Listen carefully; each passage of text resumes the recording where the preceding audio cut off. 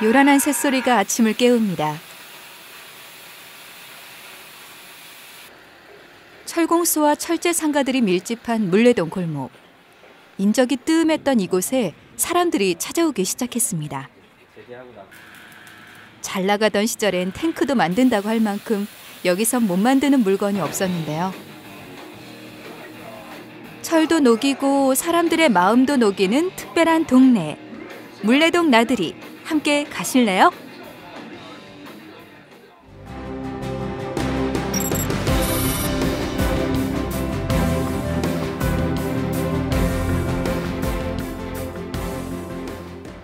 낮은 지붕들이 머리를 맞대고 빽빽하게 들어서 있는 곳. 물레동 철공단지입니다. 이래봬도 한때는 국가 산업을 이끌었던 공업의 메카였습니다. 호황기 때는 350.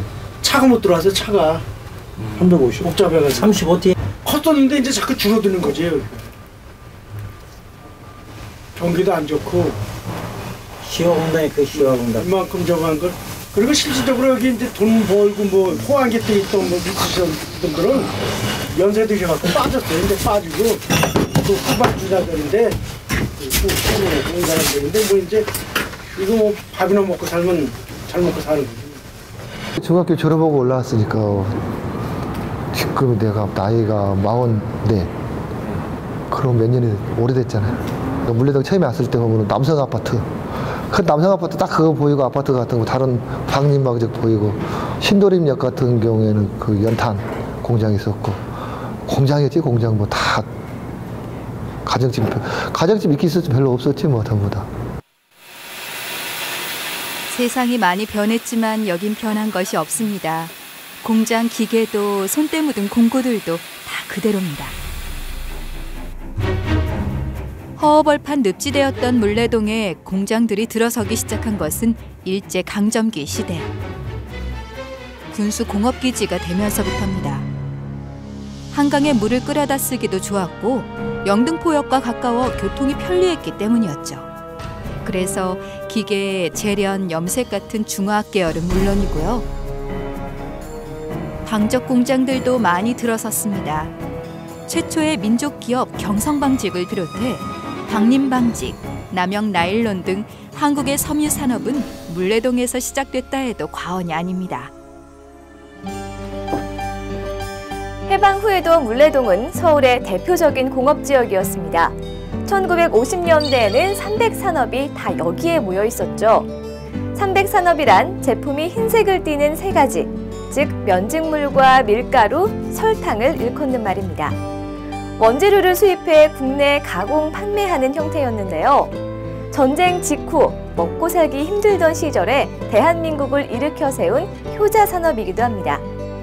특히 방직 공장들은 60, 70년대 호황을 누리며 물레동을 대표하는 산업이 됐죠. 물레동 철공단지 한편에 있는 작은 공원. 여기엔 눈에 띄는 조형물이 하나 있습니다. 바로 커다란 물레죠. 물레동이란 지명이 이 물레에서 유래했기 때문입니다. 일본인들이 그쪽에 방직 공장을 많이 만들었어요. 지금도 많이 있습니다만 당시에 그 이름은 그렇게 해서 나왔다고 그러죠. 방직 공장이 많고 그것이 우리의 그 물레와 통하는 것이지 않습니까? 그러니까 그 물레라는 지명을 이제 했다는 얘기인데, 방직 공장들이 많다 보니 취직 자리를 찾아 상경한 여공들도 많았습니다. 그녀들이 밤낮 없이 흘린 땀방울로 우리 경공업은 세계 최고의 반열에 올랐고 또 그 힘을 바탕으로 7, 80년대 중공업 시대를 열 수 있었습니다. 어떤 도시라는 게 뭐 주거나 상업 여러 가지 용도가 필요하지만은 경제의 한 부분을 차지하고 있던 이 중공업 지역에 대한 그런 많은 면적을 갖고 있는 저희 그 입장에서는 이 지금 아까 말씀드린 그 주택단지로서 출발했던 그런 지역들이 70년, 80년대를 겪고 오면서 지금 보시는 것과 같이 이렇게 공장들이 하나 둘 입주하면서 어떤 그 금속공업이 우리나라에 어떤 여기서는 뭐 땡크고 못 만들 게 없는 그런 과거의 금속공업을 좀 갖고 있고 현재도 그런 기능이 어느 정도 남아 있습니다. 한창 잘 나가던 시절엔 1000여 개가 넘는 공장이 이곳에 있었다고 합니다. 90년대 서울 시내 공장을 수도권 밖으로 이전시키는 정책에 따라 하나둘 물레동을 떠났는데요. 그래서 지금은 철공소와 철제상 100여 곳 정도가 겨우 남아있을 뿐이죠. 어떤 사람은 크게 성공해서 갔고 또 어떤 사람은 실패의 쓴잔을 삼키며 떠났지만요.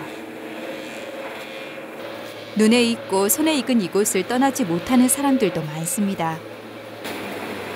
지금껏 그래왔듯 강한 쇠를 녹이고 자르고 두드리며 물레동 역사의 산 증인으로 하루하루를 묵묵히 살아갑니다.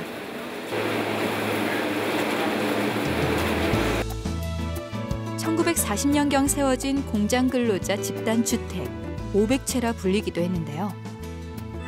70년 넘게 지났어도 조금만 바뀌었을 뿐 옛 모습 그대로입니다.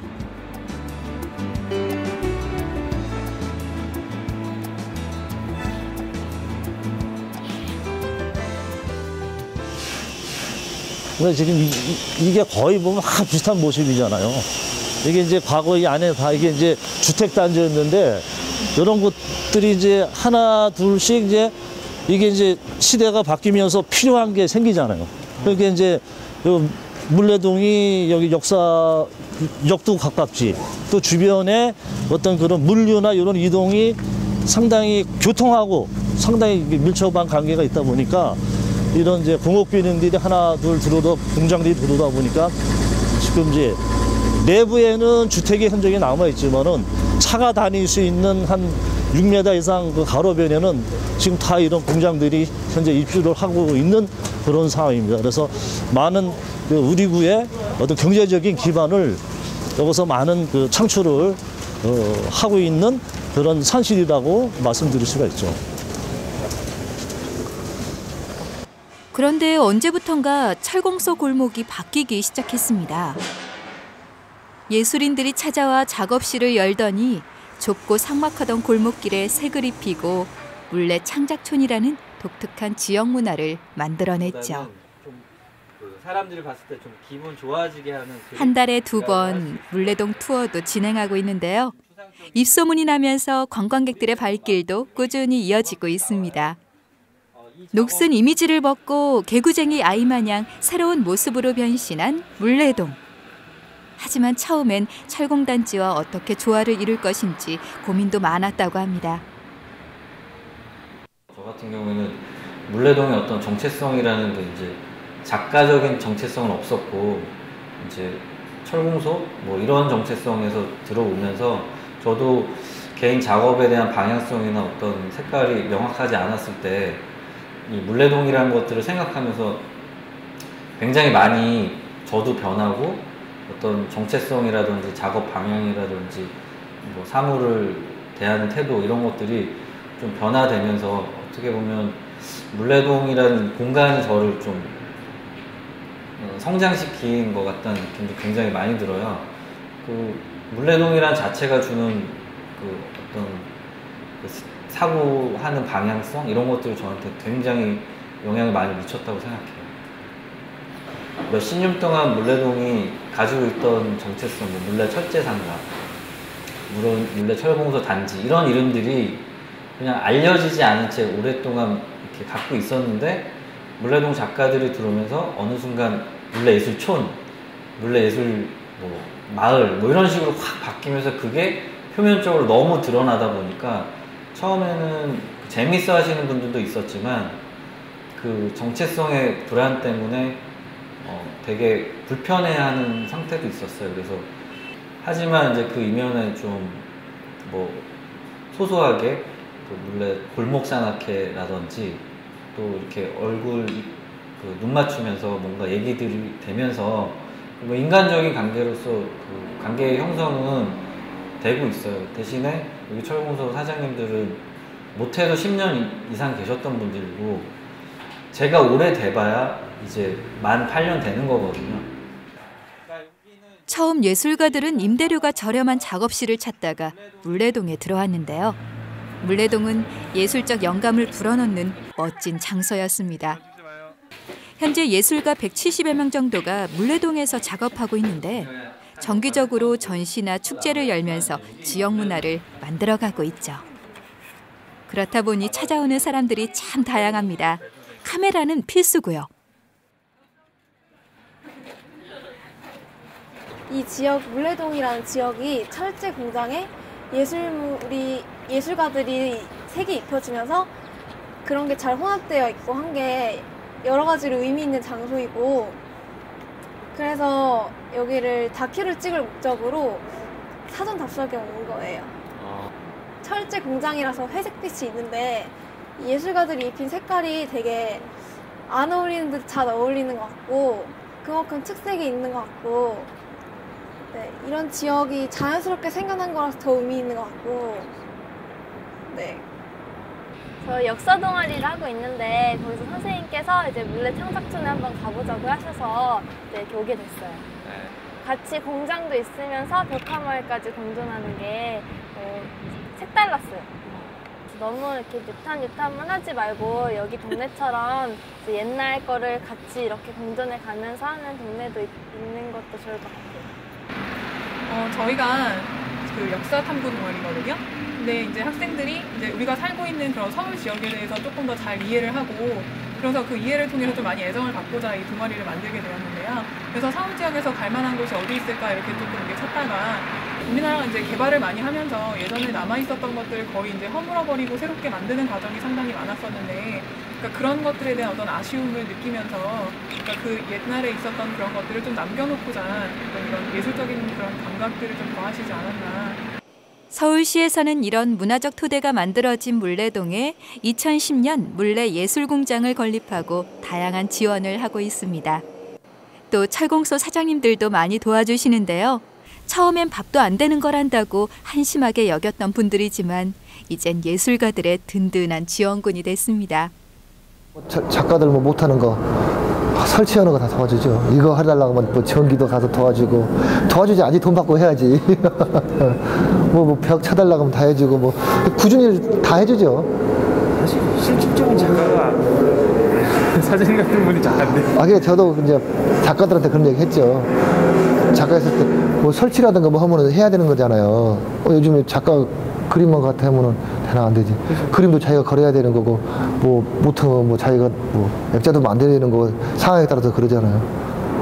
그래야지 또 기술자고 작업하는 거죠. 물레동 준공업 지역의 도시환경 정비계획이 발표됐습니다. 이 지역에 주상복합 2,934가구를 짓겠다는 내용인데요. 이 때문에 그동안 잘 지내왔던 물레동 건물주들과 예술가들 사이가 요즘 들어 삐걱거린다고 합니다. 건물주들이 임대료를 올리고 예술가들을 재건축의 방해 요인으로 생각하기 때문인데요. 대학로나 홍대 앞 거리처럼 문화가 있는 거리는 문화 프리미엄이 붙지 않습니까? 조금 더 멀리 내다보는 지혜, 그리고 문화를 소중하게 가꾸고 만들어가는 노력이 필요하지 않을까 싶네요.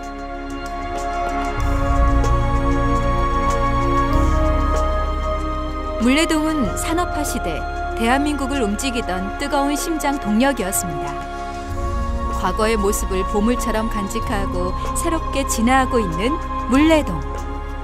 많은 이들에게 감동을 주는 새로운 관광 문화거리로 멋지게 거듭나고 있습니다.